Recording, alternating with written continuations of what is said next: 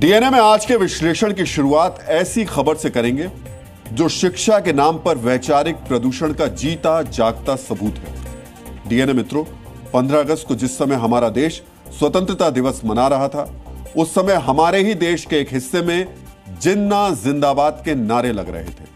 जिस जिन्ना ने भारत मां के 2 टुकड़े कर दिए, वहां अगर बंटवारे के 78 वर्ष बाद भी जिन्ना जिंदाबाद के नारे लगाए जाते हैं तो ये कोई छोटी घटना नहीं है। ये ऐसी घटना नहीं है जिसे आप नजरअंदाज कर दें। इसे गंभीरता से लेने की जरूरत है।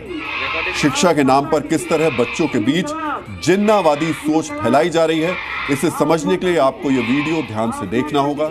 यह वीडियो बिहार के सीवान जिले में एक स्कूल का है, जहां एक शिक्षक विभाजन के विलेन जिन्ना की जय जयकार के नारे लगवा रहा था। आपके मन में सवाल होगा कि कोई शिक्षक जिसका काम राष्ट्र का निर्माण करना होता है, कोई शिक्षक जिसका काम छात्रों का भविष्य संवारना होता है, वो ऐसा कैसे कर सकता है? वो देश को तोड़ने वालों की जय जयकार के नारे कैसे लगवा सकता है? पहले आप खुद इस वायरल वीडियो में लगाए जा रहे नारों को सुनिए।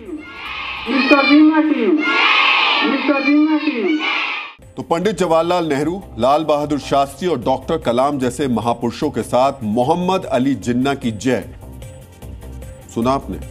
वो जिन्ना जिसने धर्म के आधार पर इस देश को 2 टुकड़ों में बांटने का काम किया, वो जिन्ना जो पाकिस्तान का महानायक है, वो जिन्ना जिसने देश में सांप्रदायिक विभाजन को तेज किया, जिसके डायरेक्ट एक्शन डे के, जिसको हम कह सकते हैं इसकी वजह से जो हालात बने, ऐसे खलनायक की जय जयकार करवाना किसी गुनाह से कम नहीं है। बच्चे स्कूल जाते हैं पढ़ाई के लिए, लेकिन अगर उन्हें देश का बंटवारा करने वालों की जय जयकार कराई जाएगी तो उन पर क्या असर होगा? अगर उनके दिमाग में जिन्ना जिंदाबाद की सोच पैदा की जाएगी तो वो आगे राष्ट्र निर्माण में क्या योगदान देंगे? यही वजह है कि हमने आज डीएनए में बच्चों को गुमराह करने वाले शिक्षक की जिन्नावादी सोच पर प्रहार करने का फैसला किया है। यह घटना सीवान जिले के सरसैया गांव की है। स्वतंत्रता दिवस के मौके पर तिरंगा फहराने के बाद गांव के प्राइमरी स्कूल के शिक्षक मोहम्मद शमीम अंसारी पर बच्चों से जिन्ना की जय के नारे लगवाने का आरोप है। सीवान शहर से करीब 50 किलोमीटर दूर इस गांव में रहने वाले लोग हैरान हैं कि शिक्षक मोहम्मद शमीम अंसारी का जिन्ना प्रेम कैसे जाग गया। गांव के हिंदू और मुसलमान दोनों समुदाय के लोग शमीम अंसारी के इस जिन्ना प्रेम से बेहद नाराज हैं।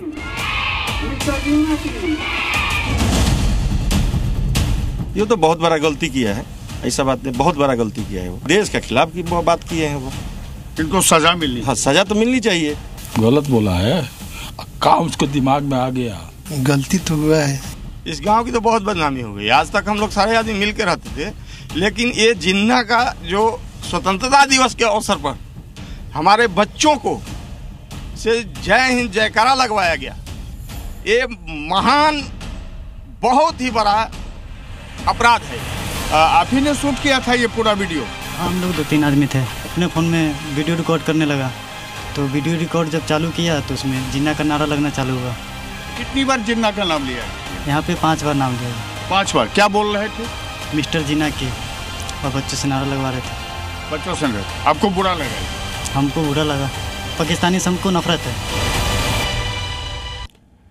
इस खबर में आगे बढ़ने से पहले यह जानना भी जरूरी है कि हम जिन्ना को देश का खलनायक और जिन्नावादी सोच को देश के लिए खतरनाक क्यों कह रहे हैं। दरअसल जिन्ना की सोच के कारण ही 2 नेशन थ्योरी आगे बढ़ी थी। जिन्ना ने मुस्लिम लीग का नेतृत्व किया और मुसलमानों के लिए एक अलग देश की मांग की। जिन्ना ने दलील दी कि मुसलमानों के हितों की रक्षा के लिए एक अलग देश बनना चाहिए। 22 मार्च 1940 को लाहौर में मुस्लिम लीग के सम्मेलन में जिन्ना ने कहा था कि हिंदू और मुस्लिम 2 अलग अलग धार्मिक दर्शन, सामाजिक रीति रिवाज और साहित्य से संबंध रखते हैं। ऐसे 2 राष्ट्रों को एक ही देश के अधीन बांधना निरंतर असंतोष और अंततः विनाश की ओर ले जाएगा। मुसलमान किसी भी परिभाषा के अनुसार एक राष्ट्र हैं। अंतर्राष्ट्रीय कानून के सभी मापदंडों पर हम एक राष्ट्र हैं। मुस्लिम लीग के लाहौर सम्मेलन के बाद ही भारत के विभाजन की मांग ने जोर पकड़ा।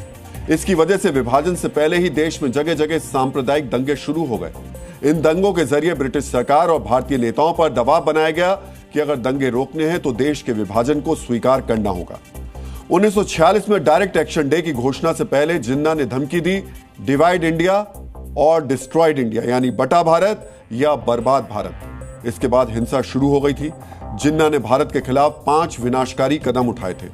पहला कदम है 2 नेशन थ्योरी के जरिए पाकिस्तान की बुनियाद तैयार करना। दूसरा, डायरेक्ट एक्शन डे के जरिए हजारों हिंदुओं की हत्या। तीसरा, कैबिनेट मिशन योजना का बहिष्कार, जबकि इसकी वजह से भारत एक बना रह सकता था। चौथा, पंजाब और बंगाल जैसे बड़े प्रांतों को बांटने की जिद, जिसके कारण लाखों लोग मारे गए।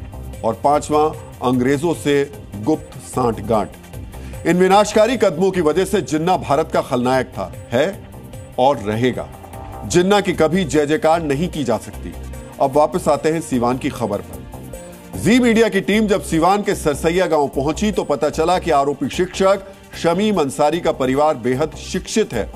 शमीम अपने 5 भाइयों में सबसे बड़ा है। उसके पिता भी स्कूल के शिक्षक रह चुके हैं। शमीम पिछले 20 साल से स्कूल में पढ़ा रहा है। अपने खिलाफ केस दर्ज हो जाने के बाद शमीम फरार है। शमीम के पिता ने सफाई दी कि उनके परिवार का पाकिस्तान और जिन्ना से कोई मतलब नहीं।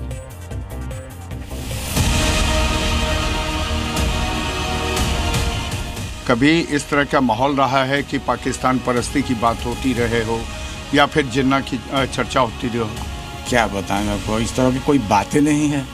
पाकिस्तान क्यों, हम यहाँ जीते हैं, खाते हैं, यहाँ का सब चीज रहते हैं, हम पढ़े लिखे। लेकिन आपके बेटे कैसे पाकिस्तान परस्त के बाद वो कैसे मिस्टर जिन्ना के जिंदाबाद करते रहे? नहीं, वो उनसे हम पूछा, हुआ तो हम पूछा तो बोला कि देखिए पापा, ये बीएलओ का लोड है, बहुत तरह का बात है, और वो लोड में उलझन में लोड में पाकिस्तान परस्त हो जी नहीं, वैसा बात नहीं।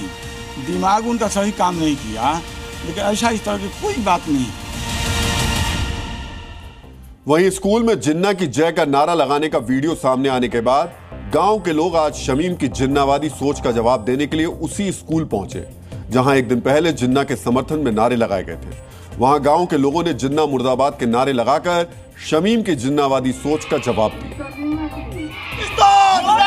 पाकिस्तान मुर्दाबाद, मोहम्मद जिन्ना मुर्दाबाद, मोहम्मद जिन्ना मुर्दाबाद, पाकिस्तान मुर्दाबाद, मोहम्मद जिन्ना मुर्दाबाद, पाकिस्तान मुर्दाबाद, पाकिस्तान मुर्दाबाद।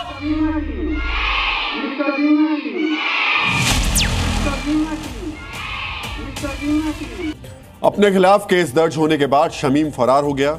जी मीडिया ने जब उससे संपर्क साधा तो वो किसी दूसरे गांव में मिलने के लिए तैयार हुआ। शमीम अब सफाई दे रहा है कि उसकी जुबान फिसल गई थी।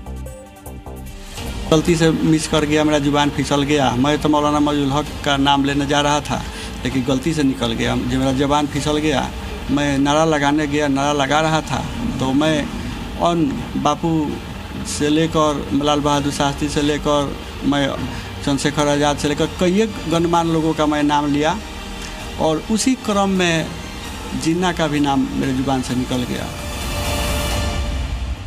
देख रहे हैं आप कितनी मासूमियत के साथ में शमीम ने सफाई दी है कि गलती से जुबान फिसल गई। जुबान फिसली तो किसी देश के नेता का नाम उस जुबान से फिसल कर नहीं आया। किसका नाम फिसल कर आया? जिन्ना का नाम। शमीम की सफाई पर भी सवाल खड़े होते हैं। बहरहाल बात जिन्ना पर हो रही है तो यह जानना भी जरूरी है कि देश के बंटवारे की वजह से नुकसान कितना हुआ। देश के बंटवारे के समय हुई हिंसा में कम से कम 6 लाख लोग मारे गए। करीब 1.5 करोड़ लोगों को अपना घर बार छोड़कर पलायन करना पड़ा। लाखों परिवार विभाजन के समय हमेशा हमेशा के लिए बिखर गए। यह जिन्ना की बंटवारे वाली सोच का ही नतीजा है कि भारत आज भी आतंकवाद का सामना कर रहा है। वैसे जिन्ना को लेकर शिक्षा के मंदिर में विवाद का यह कोई अकेला मामला नहीं है। कुछ साल पहले अलीगढ़ मुस्लिम यूनिवर्सिटी में भी जिन्ना की तस्वीर होने को लेकर विवाद खड़ा हुआ था। अलीगढ़ मुस्लिम यूनिवर्सिटी के स्टूडेंट यूनियन हॉल में जिन्ना की तस्वीर साल 1938 से लगी हुई है। 2018 में इसे हटाने की मांग ने तूल पकड़ा, लेकिन स्टूडेंट यूनियन ने यह कहकर तस्वीर का बचाव किया था कि जिन्ना की तस्वीर उस समय लगाई गई थी जब उसे आजीवन सदस्यता दी गई थी और एएमयू इतिहास को मिटाने में यकीन नहीं करता है। एएमयू ने यह दलील भी दी थी कि तस्वीर का होना यह साबित नहीं करता कि छात्र जिन्ना से प्रेरणा लेते हैं। समय समय पर यह मुद्दा अभी भी तूल पकड़ता है। हालांकि जिस हॉल में जिन्ना की तस्वीर लगी है वो लगभग 5 साल से बंद पड़ा है, लेकिन हमारा फिर से यह मानना है कि जिन्ना का सम्मान और जिन्नावादी सोच इस देश के लिए बेहद घातक है। इसका समय रहते इलाज बेहद जरूरी है। जी न्यूज़।